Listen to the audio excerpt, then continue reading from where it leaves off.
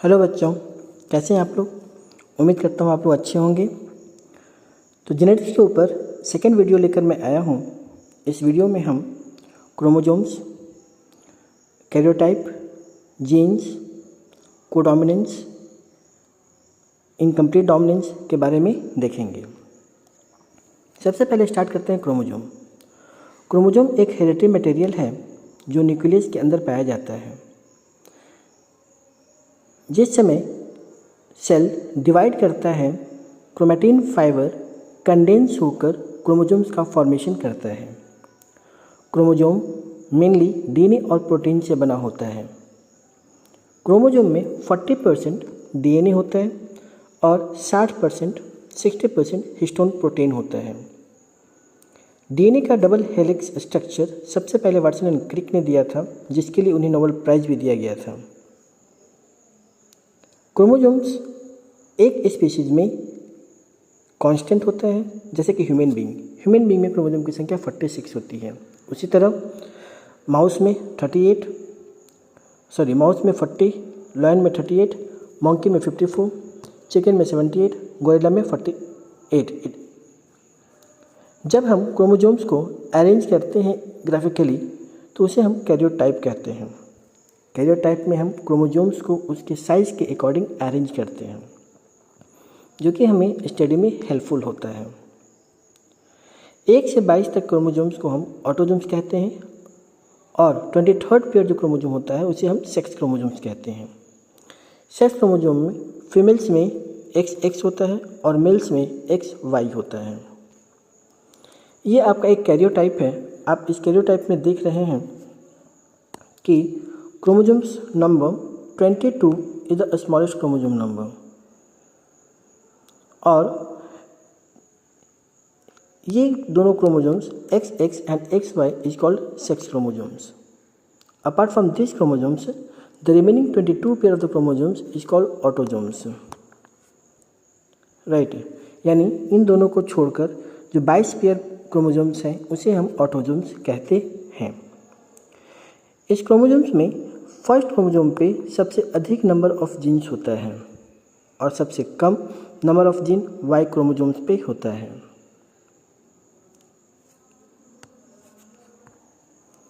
अब हम बात करेंगे सेक्स डिटर्मिनेशन पे।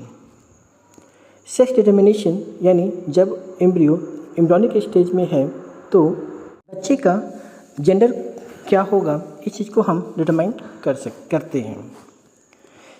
किसी भी चाइल्ड का जेंडर के लिए फादर रिस्पॉन्सिबल होता है, ना कि मदर। क्यों?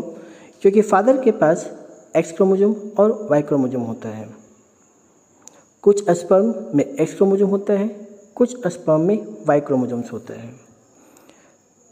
फीमेल के पास एक जो होता है उसमें सिर्फ और सिर्फ X क्रोमोसोम्स होते हैं। जितने भी X होते हैं they all contains only X chromosome, but sperm में कंटेन्स आइदर X क्रोमोसोम और Y क्रोमोसोम। इनका जब फर्टिलाइजेशन होता है तो the sperm decides the gender of child. यदि X क्रोमोसोम का स्पर्म एक से फर्टिलाइज करता है तो फीमेल चाइल्ड विल प्रोड्यूस। यदि Y क्रोमोसोम वाला स्पर्म फर्टिलाइज करता है तो मेल विल बी प्रोड्यूस। इसलिए 50-50 चांसेस रहते हैं मेल और फीमेल चाइल्ड होने के। अब हम कुछ बात करेंगे सेक्स लिंक्ड इनहेरिटेंस पे। कुछ डिजीज हैं जैसे कि हीमोफीलिया और colour blindness.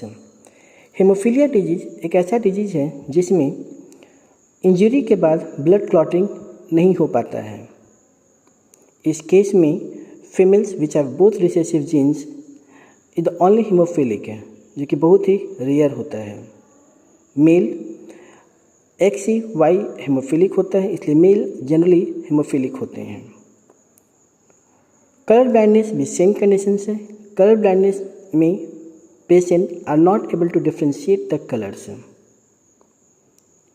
The genes of the color blindness is recessive genes and express themselves only in homozygous condition in female। और यही कारण है कि फीमेल में कलर ब्लाइंडनेस बहुत ही रेयर होता है, ना के बराबर। कलर ब्लाइंडनेस भी मेल में प्रोबेबली देखा गया है। क्यों? क्योंकि मेल्स में XY जीन्स होता है। अब अगर क्वेश्चन हम करें कि यदि एक normal female colour blind mail से मैरिड होती है तो उसके बच्चे में कलर ब्लाइंडनेस होने की प्रोबेबिलिटी क्या होगा?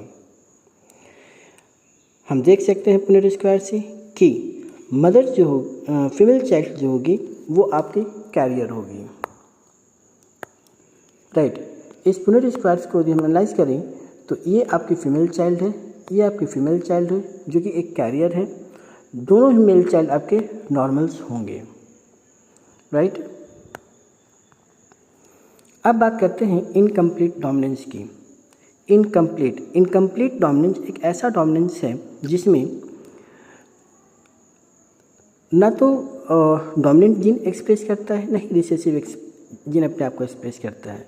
दोनों ही जीन एक्सप्रेस नहीं कर पाते हैं। इसमें थर्ड कैरेक्टर डेवलप होता है ऑफ स्प्रिंग्स में। जैसे यदि रेड रोज वाइट रोज से क्रॉस किया जाए तो जो ऑफ स्प्रिंग्स होंगी उन सारे में आपका पिंक रोज डेवलप करेगा। F1 जनरेशन में सारे पिंक हो गए, लेकिन जब F2 जनरेशन करेंगे तो वहाँ पे 1:2:1 का रेशियो आएगा। अब बात करेंगे कोडोमिनेंस की। कोडोमिनेंस एक ऐसा कंडीशन है जिसमें दोनों ही जीन अपने आप को एक्सप्रेस करते हैं। Human blood group is the best example of codominance. AB blood group. AB blood group में आप देख सकते हैं कि दो जीन्स होते हैं, IA genes and IB jeans.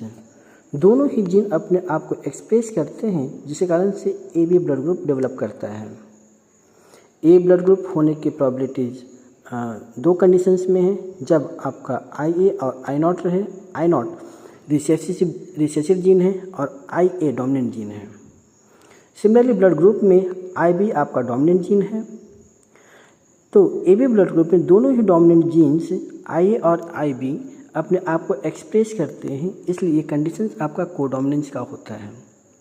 तो ह्यूमन ब्लड ग्रुप कोडोमिनेंस का एक बेस्ट एग्जाम्पल्स है जिसमें दोनों ही जीन्स अपने आप को एक्सप्रेस करते हैं। तो इस वीडियो में इतना ही। इसके पहले पार्ट जिसमें हमने डोमिनेंस लॉ ऑफ डोमिनेंस के बारे में बात किया था, मेंडल्स लॉ के बारे में बात किया था, ये इसके पहले वीडियो में मैंने डिटेल में बताया है। यदि किन्हीं को डाउट है तो मेरा पहला वीडियो देख सकते हैं। तब तक के लिए thank you, have a good day.